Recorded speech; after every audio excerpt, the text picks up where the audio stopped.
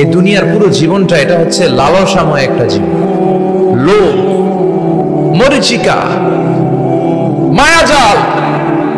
এই মায়াজালে আমরা আটকে আছি, ফলে মৃত্যুর কথা আমরা ভুলে গিয়েছি। পাগলের মতো ছুটছি, আরো টাকা লাগবে, আরো খ্যাতি লাগবে, আরো যশ লাগবে, আরো দাপট লাগবে। আমার এত টাকা দিয়ে কি হবে? এত সম্পদ দিয়ে কি হবে? এত ব্যস্ততা দিয়ে কি হবে? তোমার স্টপ, থামুন, অনেক হয়েছে। আন্না, থামুন, take a rest, take a breath and think about death. Think that you have to go back to your Lord. একটু বসেন না, একটু ভাবেন যে আমাকে চলে যেতে হবে, চলে যেতে হবে। এই কোলাহল, এই ব্যস্ততা, এগুলো থাকবে, থাকবো না আমি। সাইয়েদনা ওমর ফারুক বলেছেন, মুতু ক্বাবলা আন তামুতু, মরার আগে একবার মরো। হাসিবু ক্বাবলা আন তুহাসাবু আলাইকুম, তোমার হিসাব নেওয়ার আগে তুমি একবার নিজের হিসাবটা করো না। কাগজ বের করে একটু লিখো না কি কি ভালো কাজ করছিলা, যেগুলো দিয়ে নাজাতের ওসিলা হতে পারে। 1 2 3, আর কি কি আকাম কুকাম করছো দেখো না, লিখে দেখো তোমার অবস্থাটা কি। মরার আগে একবার মরো। মরার আগে খাটের মধ্যে শুয়ে শটান করে চোখ বন্ধ করে একবার মরার ভান করে দেখেন কেমন লাগে। চোখটা বন্ধ করেন আর ভাবেন আপনি নাই, কি কি হতে পারে ভাবেন। আপনার ছেলেমেয়েরা কান্না জুড়ে দিবে, আপনার প্রাণের স্ত্রী বিলাপ শুরু করে দিবে, বন্ধু বান্ধবের চিৎকার আর মাতম, স্থানীয় এলাকার মসজিদে ঘোষণা, অমুক এলাকার নিবাসী অমুক ভাই অমুকের ছেলে অমুক দুনিয়ায় নাই। সব আত্মীয়রা চলে আসবে, ফেসবুকে স্ট্যাটাস দেয়া হবে, সবাই সবাইকে জানাবে বিকাল 4টায় অমুক হাই স্কুল ময়দানে আপনার জানাজা। ছুটে আসবে, সবাই ছুটে আসবে আপনাকে শেষ বিদায় দিতে, গুড বাই জানানোর জন্য, আল ওয়াদা, বিদায় জানাতে আসবে সবাই। 4 তাকবীর দিয়ে আপনার জানাজা হবে, অশ্রুসিক্ত জানাজায় আপনার বিদায় হবে। কাঠের খাটিয়ার মধ্যে করে কাঁধে তুলে আপনার কবরে নেওয়া হবে। আগে থেকে খুঁড়ে রাখা কবরটার মধ্যে আপনারে বিছিয়ে দেয়া হবে। বাঁশের কচি দিয়ে তার উপরে মাটির চাপা দিয়ে সব চলে যাবে। ভাবেন না একবার চোখ বন্ধ করে, this is the circle of life, this is the nature of life. এটা সবার হবে, আমার হবে, আপনার হবে।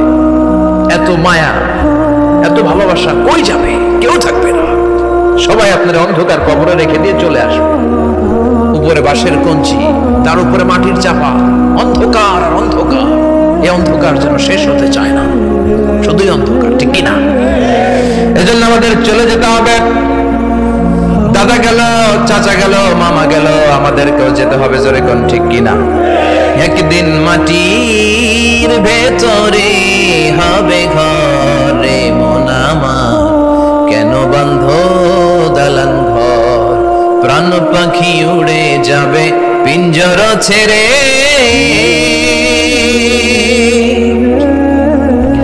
ধরা ধামে সবই রবে, তুমি যাবে চলে। বন্ধু বান্ধব যত, মাতা পিতা যারা সুত, সবই হবে তোমার পরে মন আমার, কেন বান্ধ দালান ঘর। একদিন মাটির ভেতরে হবে ঘরে মন আমার, কেন বান্ধ দালান ঘর, ঠিক না? সব করে থাকবে, চলে যেতে হবে আমাদেরকে। এজন্য আখিরাতের কথা যেন আমাদের স্মরণ হয়। বিষ্ণুই বলতেন, নাহাইতুকুম আন জিয়ারাতিল কুবুর, আমি তোমাদেরকে কবর জিয়ারত করতে আগে নিষেধ করতাম, কিন্তু এখন নিষেধাজ্ঞা প্রত্যাহার করে নিলাম। এখন সব সময় তোমরা কবরের সামনে যাবা আর জিয়ারত করবা। কবরস্থানে জানতো বড়ুয়া কৃষ্ণপুরের এই গ্রামের কবরস্থান আছে কোন দিকে? পূর্ব দিকে আছে, গোখরার জলের ওদিকে। জান আপনারা? একটু যাবেন, একটু গেলে আখিরাতের কথাটা স্মরণ হবে। ওখানে ছোট শিশুরা শুয়ে আছে, কিশোর যুবকরা আছে, আপনার মতো তাগড়া যুবক মুরব্বীরা আছে। এরা এই এলাকায় থাকতো, এরা আকাশ থেকে নেমে আসে না, এই এলাকার সন্তান আজ নাই। একটা সার্টেন পিরিয়ড শেষে আপনিও থাকবেন না। This is the nature of life, this is the circle of life. ছোট্ট শিশু হয়ে এসেছিলেন, শৈশব, কৈশোর, যৌবন, প্রৌঢ়ত্ব। আগে ছিলেন সিঙ্গেল, বিয়ে করে হয়ে গেলেন ডবল। এরপরে আল্লাহ আপনাকে একটা মেয়ে দিল, এরপরে মেয়েকে বিয়ে দিয়ে শ্বশুর হলেন, এরপরে ওই মেয়ের ঘরে সন্তান হতে নানা হলেন। আর কতদিন? অনেক দিন হলো তো, অনেক লম্বা সময় পেয়েছেন আপনি। Think about death. এবার যাওয়ার কথা ভাবেন। আখিরাতের সামানের কথা ভাবেন, ফিরে যেতে হবে। কি শক্তিশালী যুবক, বার্ধক্য চলে আসলে লাঠি ছাড়া চলতে পারে না। কুচকুচে কালো দাড়ি সাদা হয়ে যায়, দাড়ির শুভ্রতা, বয়সের ভার, রং ধরা যৌবন জং ধরে শেষ, ঠিক কিনা? This is the circle of life. যুবক ভাই, এটাই জীবন, চলে যেতে হবে, কেউ থাকতে পারবে না, ঠিক কিনা? এটা রিমাইন্ডার আল্লাহ এই সূরার ভিতরে দিয়েছেন যে তোমাদেরকে ফিরে যেতে হবে, এই লোভ লালসা ছেড়ে দাও। রব্বুল আলামিন বলেন, আল্হাকুমুত তাকাসুর হাত্তা যুরতুমুল মাকাবির। ও গোলাম, দুনিয়ার সম্পদ, লোভ লালসা তোদেরকে পাগল বানিয়ে দিয়েছে। এই লোভ পাগলামি কোনোদিন তোদের থামবে না যতদিন না তোরা কবরে ঢুকবি, ঠিক কিনা? কার কথা? আল্লাহ বললেন, দুনিয়ার সম্পদ আর লোভ আর মোহে তোমরা গাফেল হয়ে গিয়েছো। আখিরাতের কথা বেমালুম তোমরা ভুলে গিয়েছো, কিন্তু আখিরাতে তোমাদের যেতেই হবে, কবরের বাড়িতে তোমাদের ঢুকতেই হবে, ঠিক কিনা? যেতেই হবে, আমরা ভুলে যাই।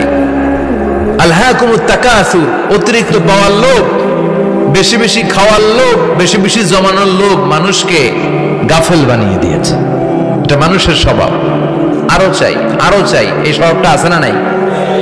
দেখবেন ছোট বাচ্চারা মসজিদের দোয়া অনুষ্ঠান শেষে জিলাপি দেয় না? গরু কৃষ্ণপুর কি দেয়? আগে বাতাসা দিত না, এখন কি দেয়? জিলাপি দেয়, মিষ্টি দেয়। তো মসজিদের 2-3 গেট থেকে যদি দেয়, ছোট বাচ্চারা দেখবেন এদিক দিয়ে কয়েকটা নিয়ে আবার ওই গেটে লাইন ধরে। ওর হাত হলো ছোট হাত, ওর হাত ভর্তি জিলাপি, আর নেওয়ার জায়গা না, এরপর আরেক জায়গায় লাইন ধরছে, আরো লাগবে আরো লাগবে, এই আরো আরো আরো চাই, এই স্বভাবটাই মানুষকে কুড়ে কুড়ে শেষ করে দিয়েছে। এত লাগবে কেন তোমার? চাহিদার কোনো শেষ নাই, unlimited demand of human being.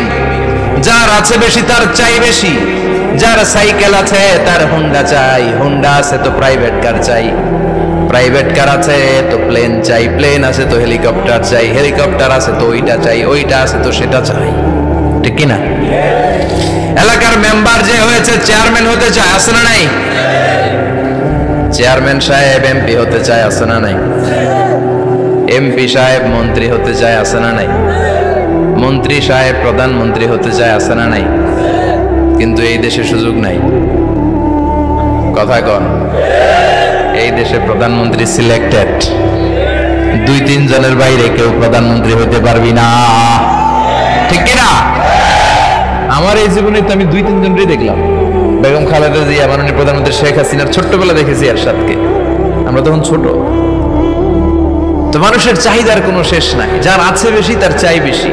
এজন্য বিষ্ণু বলেছেন, উনজুরু ইলা মান হুয়া আসফালা মিন, তোমার চেয়ে যে খারাপ আছে ওর দিকে তাকাও।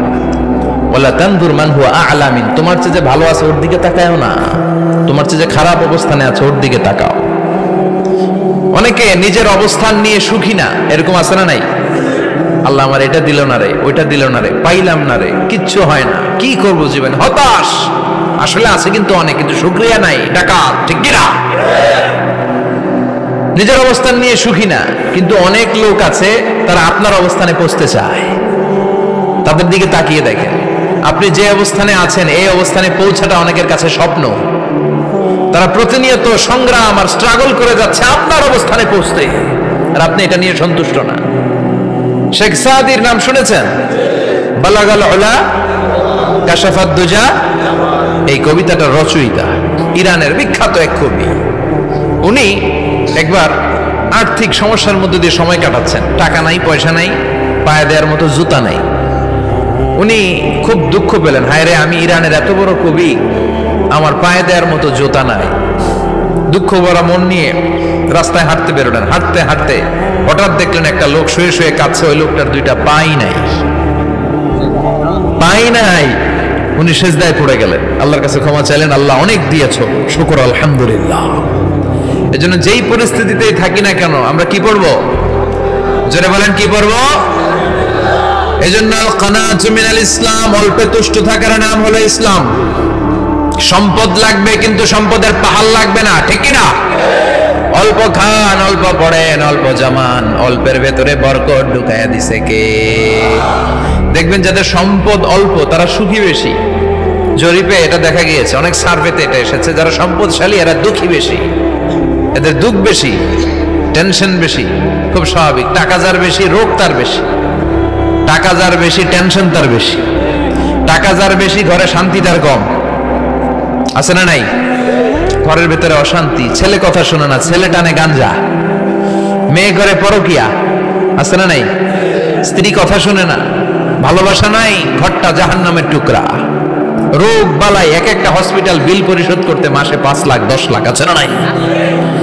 কিছু খেতে পারে না, ডাক্তার একেবারে ডায়েট মেনু বেঁধে দিয়েছে।